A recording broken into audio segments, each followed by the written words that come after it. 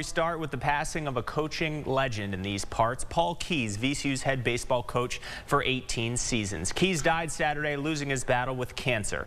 Today, his friends, family, as well as the VCU community and the baseball community as a whole mourn his death.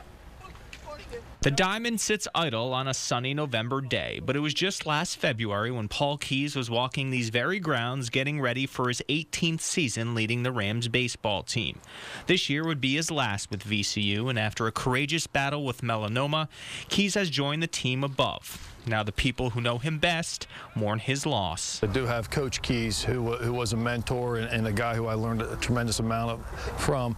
I also have Paul Keyes, my friend, who was a guy who was very warm and very loving and a wonderful father and husband. And there was also Key Dog, which a lot of people know as well in the area, which was the cooler side of coach. Keyes is VCU baseball's winningest coach with 603 victories. He led the Rams to 8 NCAA tournaments and was CAA Coach of the Year 4 times.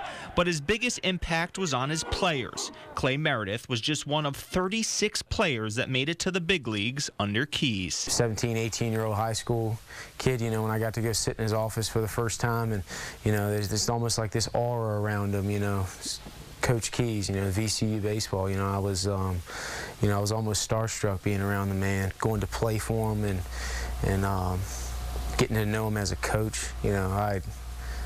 I love competing for that guy. When Keyes fell ill this spring, he continued to support his beloved Rams. And typical to his selfless attitude, he wanted to make sure the program was in good hands without him. The forethought of his thoughts were always the team and continuing to move forward. And really, he put a lot of things in motion that in case something like this happened, that we wouldn't miss a beat. Not knowing how long we'd have with him, but he wanted to talk about the team and making sure that the team was okay and his assistants were okay.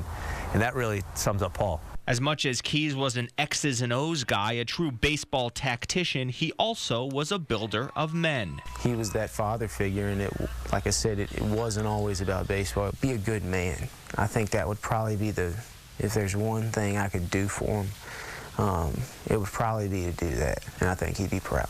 Keyes' legacy will certainly live on. He's a living legend, not only in this area, but in all of college baseball, some of the things he's done, and really was, a guy that put Richmond baseball on the map in a lot of ways. Again, Paul Keyes dead at the age of 50. He is survived by his wife, Tricia, and their 3 children.